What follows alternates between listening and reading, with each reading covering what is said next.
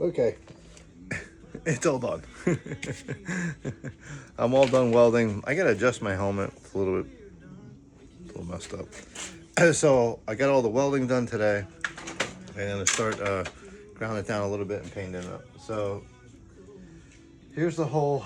I had put a piece of metal this way.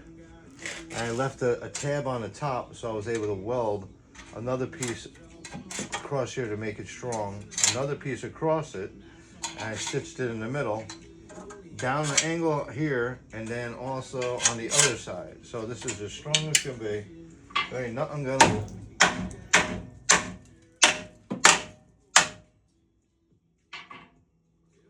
Nothing moving my welds. I can weld pretty good. So let me show you a closer look at what we got. So I mean, it's not a perfect weld. You don't have to. You're not looking for show. You're just looking for strength. So if you look at it here, I welded in here an angle bracket down here. I had to cut it in over there. I showed you on the opposite end. There's another metal bracket on here that goes straight up, and it's also an angle. Here's a heated piece right here, so I couldn't go crazy. So that's why I decided to go in the middle by accident, leave it halfway, and then I welded in here. I stuck a bolt in here, a rod between the gap, and welded that all together. Welded this top piece here, welded around here, shoved a piece of metal straight down to the original. My framing is heavier than the stock stuff, so reinforced actually is probably much stronger. So then I was able to weld to the backside here, all the way across here, and then I welded on the other end here down, and also stitched a little spot in the back there. So that's all you're gonna do. Then all you're gonna do is clean it up a little bit, prime it, paint it. It's probably hot still. Yeah, it's still hot. Yeah, it's still some heat there. My baby's hot. Worst thing is, my wife, we had a bad storm come in, and a branch came down and hit my brand new truck. I was like, oh, come on, man. God, give me a break once in a while. I was like, it's only body damage. It hit the hood, though. I was like, God, probably the most expensive thing on the thing. It's one of those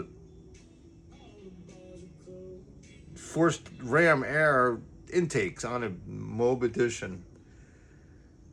Couldn't have fallen on one of my old Jeeps. Couldn't please. I couldn't even be mad. For some reason I wasn't even mad. I was like, well, I'd call the cops. They said call the insurance company. I'm gonna put a claim in, so we'll go from there. I could probably pull out the dent, but it looks like an aluminum hood, and it fell right between, like on the driver's side. Nice size, nice, like a nice, about that long of a dent. Like a branch came down, boom. Right. Well, that's what it was. I took pictures. I'll show you later. I'll send them out. I don't want to send them out, but I'll send them out. So I did everything I could with an insurance company. Very easy to do. Then they sent me email, and then I filled the rest of the forms out. Until it was wind damage. We had a lot of wind coming through here all of a sudden, and it was parked under a good tree. I just trimmed all the bad branches. Well, it's nature of God, whatever it is. So whatever they're gonna do, they're gonna do. If not, it's a lease. I don't care. I'll be like, you're gonna get it back. I'll just make it smaller. And that's about it. Well, we'll see. It didn't break the paint. Must be some strong paint. It's a Jeep, man. It can take it. So we're gonna let this cool off a little bit. We're gonna prime it, and we're gonna start putting the coil back together. Put the coil in, release it, and then put the shock in. Put all this up. It should take another 2-3 more hours. Then we could drive it. So she'll be back on the road. Nice. All right, so that's it, everybody. So I'll show you the painting is the painting. I'll show you pictures and step by step of that. You're just gonna different stages of paint. You know, regular paint, and then hit it with enamel, heavy enamel at the very end. All right, everybody. Have a good day. Hopefully you have a better day than me.